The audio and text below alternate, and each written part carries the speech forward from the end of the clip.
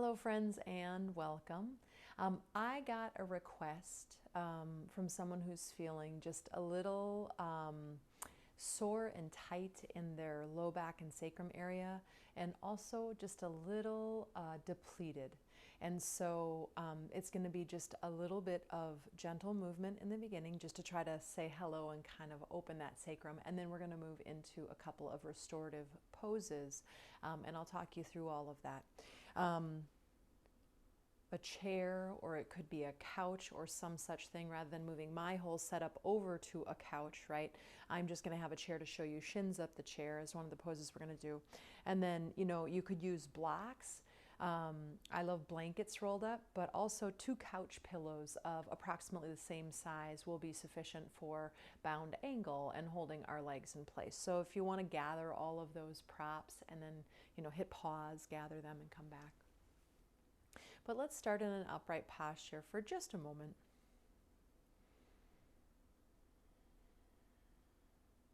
And just start to drop into the here and now. As you close your eyes and turn inward into your own body, right? Exploring your own inner landscape. Noticing what you find.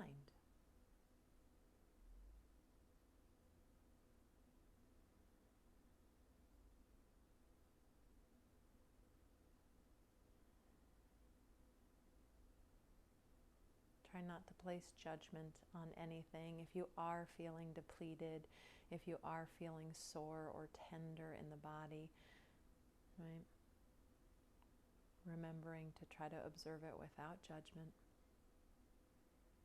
And just realize that's where you are at this moment.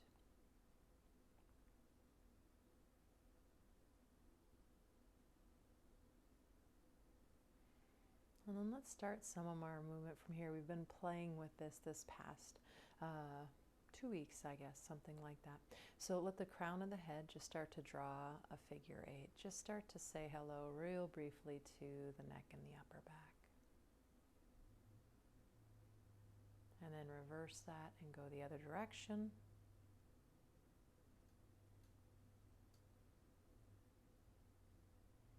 Open the eyes. You're going to turn your head to the right and then bring the right hand down into a side stretch, yeah? And then if it's okay with your neck, turn and look up, or to whatever capacity that is, and then move over to the left, right? And turn and look up and move over to the right. So we're just starting to move through that side body. And if you're feeling like you're in that same place of being depleted or just low on energy, or, it's tricky. Right? Low on energy, sometimes exerting a little bit of energy can bring us back into balance, especially my friends who suffer from fatigue, right? Maybe the top arm starts to reach over. So you turn and look up and that top arm is there. But if you're feeling depleted usually implies we've used our reserves, right? And we want to move really slowly, making sure we're not pushing ourselves or moving really fast, right? Anything like that. This is the last one, friends. After you've gone to the left or wherever you are in your practice, maybe you want to go to the right more, and then there you go. Come on up to center. Come on to your back.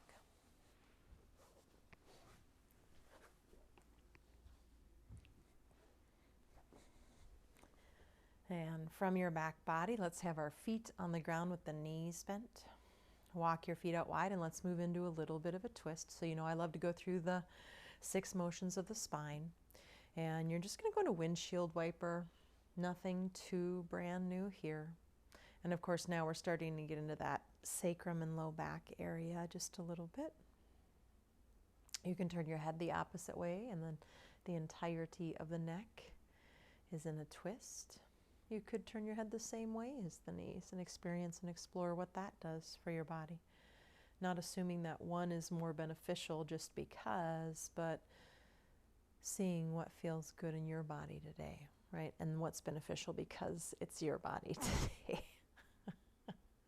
The next time the knees go to the right, pause, and maybe let that left knee swing up towards the right armpit. I'm going to bring my right hand up and support that and maybe even hug it in just a little more. I'm going to take my left thumb in my hip crease and I'm going to push, gently push my hip down towards the foot side of my mat. Yeah? And hopefully that's lengthening you out of your left side waist. Take a breath from there. And then release the left leg down and the knees up. The legs will go over to the left, and you can turn your head any direction. I'm just staying this way for vocal quality. Bring that right knee a little closer maybe. Left hand can come up, and you can just simply hug it right here. That can be your stage, right? You might just stay in a windshield wiper twist. That right thumb might come up and gently push and hold that right hip forward towards the foot side of your mat. And lengthen out of that right side waist. Oh, hi, baby girl. You gonna say hi to everybody? Hi, everybody, she says. Release that right foot back down to the ground. Bring those knees back up. Pause for just a moment. Bring your right leg in. Interlace your hands around the shin bone, kind of the mid-upper shin bone, right? So I'm not on my knee. And I'm going to let go of the weight of my arms. So rather than actively pulling the leg in right now, I'm just going to let my arms do that work for me, right? So each arm is between, 7 and 15 pounds, depending on bodies and all that stuff. So it's a good amount of weight, just gently pulling in. And if I keep my muscular body out of it, so to speak, right, not contracting, can I just sense, can I bring my awareness into my right lower back and ask that to just slowly unwind, layer by layer by layer. To finish it off, now keep your shoulders, your upper traps out of it, but gently hug that right knee in just a little closer. Hold it in, and then let it go wide for a moment, out to the right. Come back to center, and then hug it over towards the left, keeping the right hip down for a second. And come back through the center and put the right foot down on the ground. Pause for a moment and just notice what you're feeling in that body. And by the way, so many people, when they're hugging knees and talk about, or going into child's pose, right, that flexed position, talk about pain and compression in the front of their hip. Bring that left leg in. Now, I'm not a diagnoser, but my experience has been with many of those folks that it's the psoas getting really grippy, right, staying turned on and tight. So you might bring your awareness into the front of your left hip and see if that psoas can relax and soften. And my hope is that without like using our arms to squeeze in and getting really muscular in our body and our belly and everything, maybe those muscles can actually learn how to soften. So again, we're not pulling right now. We're just resting our hands, and the weight of the arms gently unwinds the low back layer by layer. And then hug the knee in a little more actively. Now, if that's where you start to get compression, maybe you don't hug the knee in, or just again, have a conversation. Is it that psoas? And it might be that you can only loosen it so much and it's been in chronic tension for so many years. That's what it's got, right? Go ahead and move the leg over to the left. Does that open that area up for you? Maybe it's better to be wider today and not be straight into the center. Come across the center over to the right, any amount. Coming back to center, put that foot down and just pause for a moment. Walk the feet wide and lean the knees in, actually. Let's pause there for a moment in constructive rest pose. I'm so happy Hunter finally making an appearance. It might not bring you joy, but it brings me joy. Okie dokie artichokes. So let's go ahead and let's start to move into our first restorative pose. So I didn't tell you to have them nearby. I'm sorry if you have to get up, but maybe they're right next to you, and you can bring those pillows in. I'm going to turn my body slightly so I don't disturb the girl, right? The girl that is Hunter. And then I'm going to go into Baddha Konasana. So I'm going to bring the pillows in pretty close to my thighs. I walk my feet in until they touch. I have big enough pillows that I kind of like to bring my hand in and crease them in the center-ish and then lay my legs down. Now I can try to get them in there a little further if I need more support. I could grab different pillows. If I don't have the pillows and I had blocks, I could put blocks in at an angle. So it's pretty malleable, right? So explore and discover what is the best option for you so your legs feel 100% supported at a level where you're not going to feel a huge stretch in your inner groin. If you do, you're probably a little lower than needed for a restorative pose. The school that I was taught in, the people I was taught by, you don't go into the full stretch. You leave the legs a little bit above that, right? And you bring the blocks in, and it's not so much about feeling or trying to make a big stretch happen in the inner groin. It's having a conversation with the nervous system, right? And letting the nervous system know it doesn't need to protect right now. It doesn't need to hold on to those muscles. So it's a different conversation, right?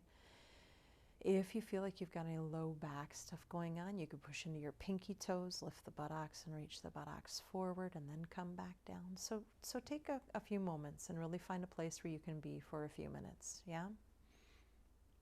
You could put support under the head. I say don't jack the head up too high, but blanket rolls under the neck can be really nice because they start to release the neck, potentially.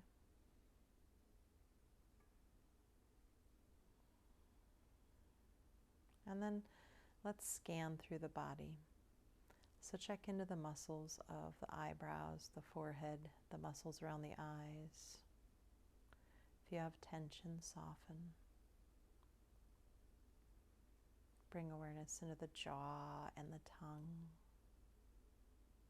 Soften. And if you soften at the back of the tongue, right, the back of the mouth, the tongue attaches in the throat, so you begin to soften the throat. Soften the throat and the neck, especially alongside the spinal column for many of us. Soften your upper trapezius area. Those are those muscles of the upper back / shoulder.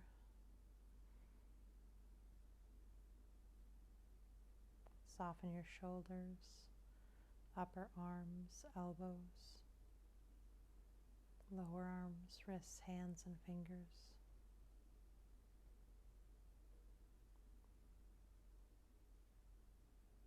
Let's scan and bring our awareness into the chest and the upper back, that middle rib cage.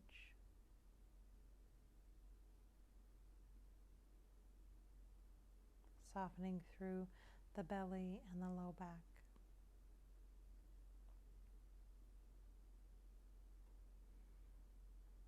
And tune into those hips, and let's stay here for just a few extra moments.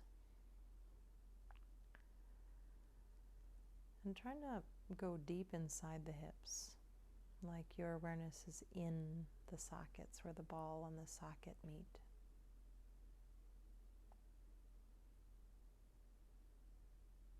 And imagine that you could soften the connective tissue, right? The ligaments, the tendons, the muscles. And then let that softness move from the center of the hip sockets out, away from the center until they work through the muscles and tissues, right, all the way out to the skin, the epithelial layer.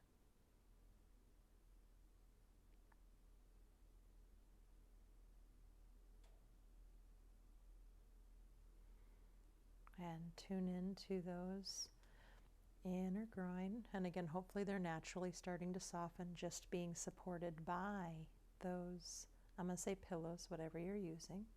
But you might remind the brain, hey, beautiful, beautiful body, do you feel the support system underneath you right now? And knowing that you have that support, can you feel safe? Can you release any tension you're holding on to?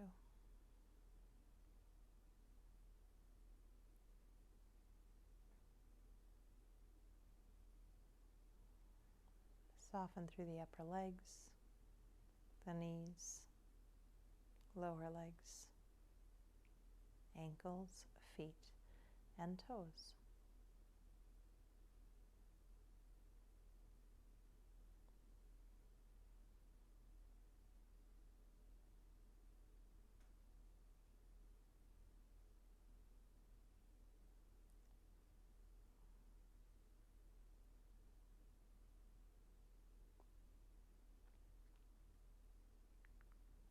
And just letting the body rest here for just a few more moments.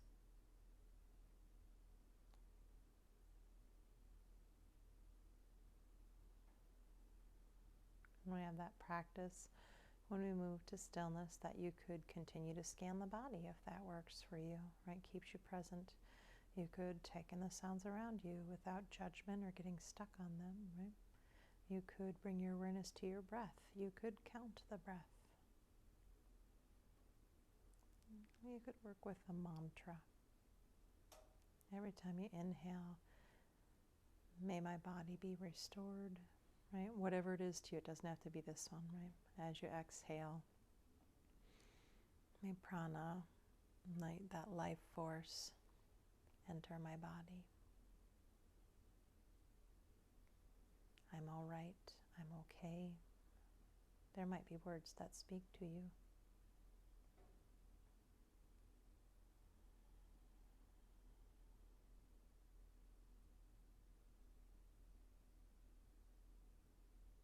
So to come out of this, friends, and if you feel like, I'm really loving this, you could stay here, right? You don't have to finish the video, or you could hit pause and come back and do the next pose when we do the next pose, right when you're ready.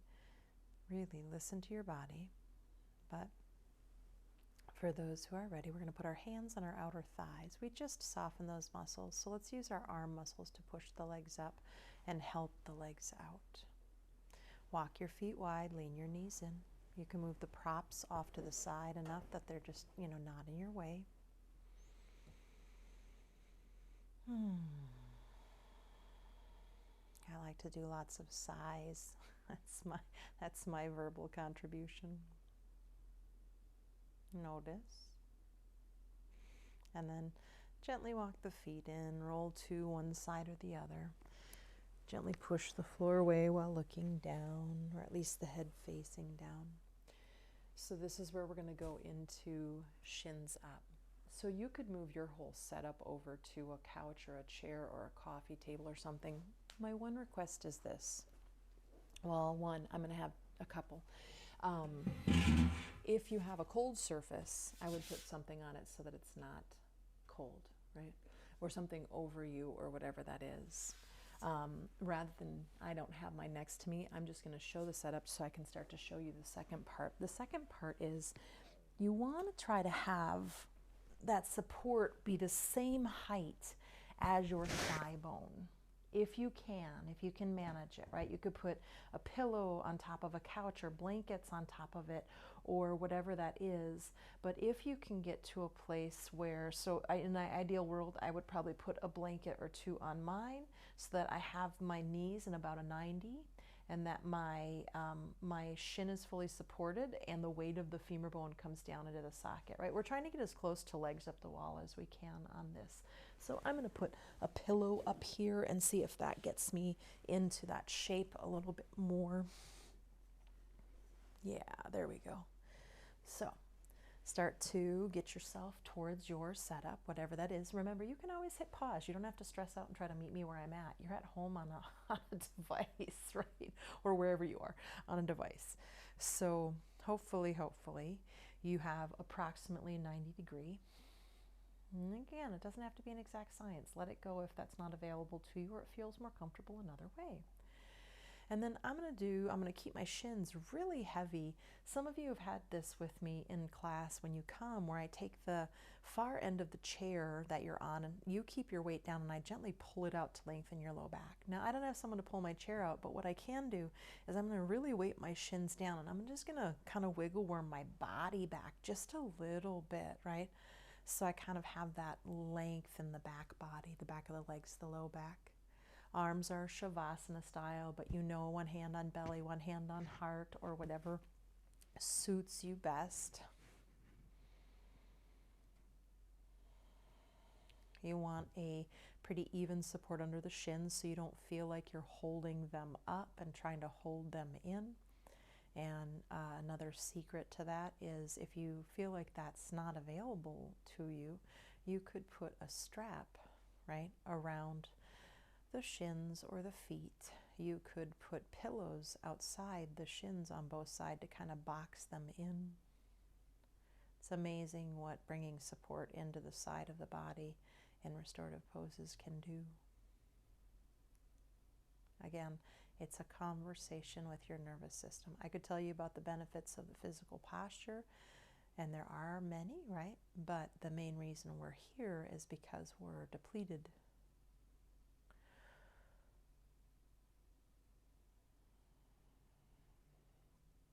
Scan through the body, releasing as much tension as possible.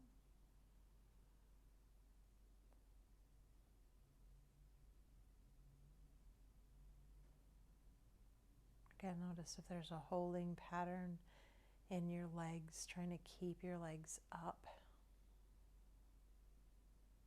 And if you need to adjust so they feel supported, do, or maybe it's just you realizing they are supported and having that conversation of letting go.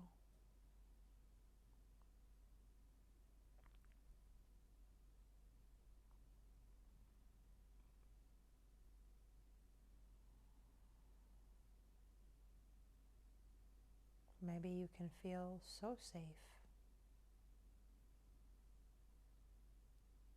that you can soften and widen down into any surface that you're on.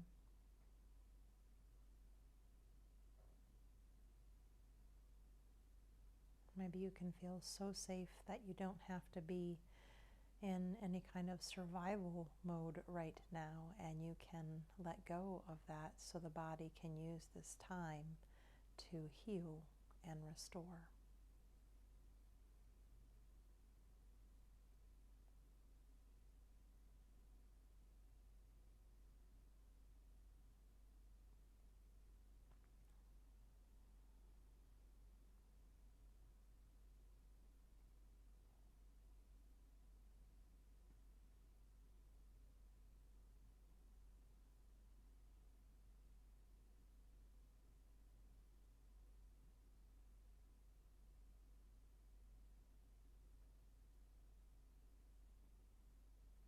And the mind will think.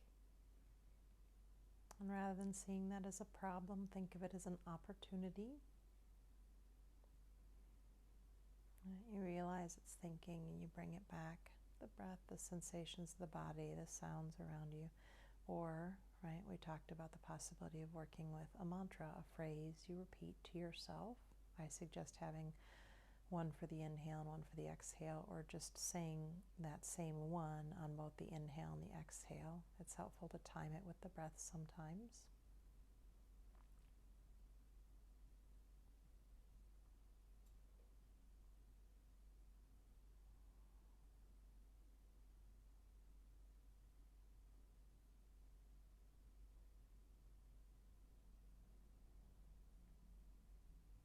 So remembering it's not necessarily a time to daydream, right? We're actively training the mind.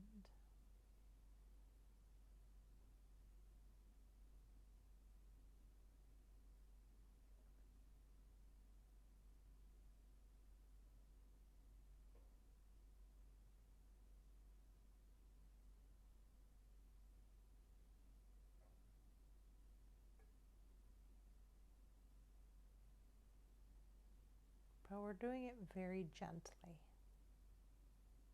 very patiently and compassionately.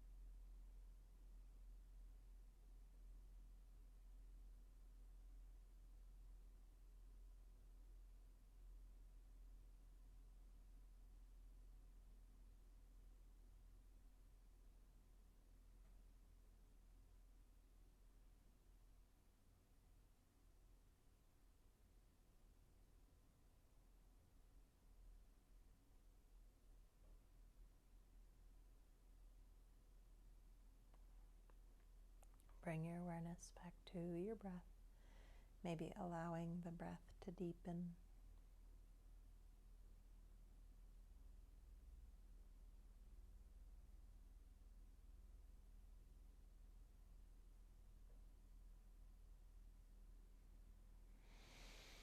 If you feel like you'd like to bring any movement in before you come up, and as I say this again, you're at home. If you're really relaxed and you have the time, or you can make the time, give yourself this time, this gift where the body gets to restore itself.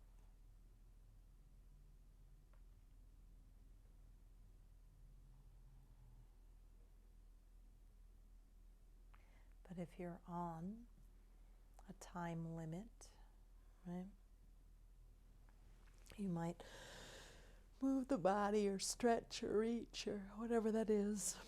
Remember that your butt is probably by some kind of surface, right? So bring the knees towards the chest and roll one side or the other.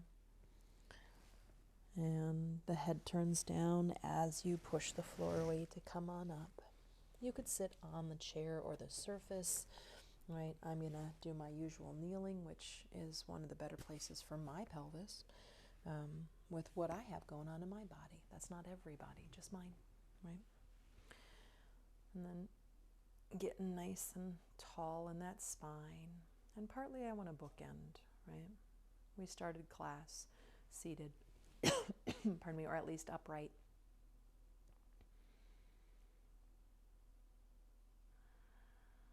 So notice the body now, the inner landscape of your body.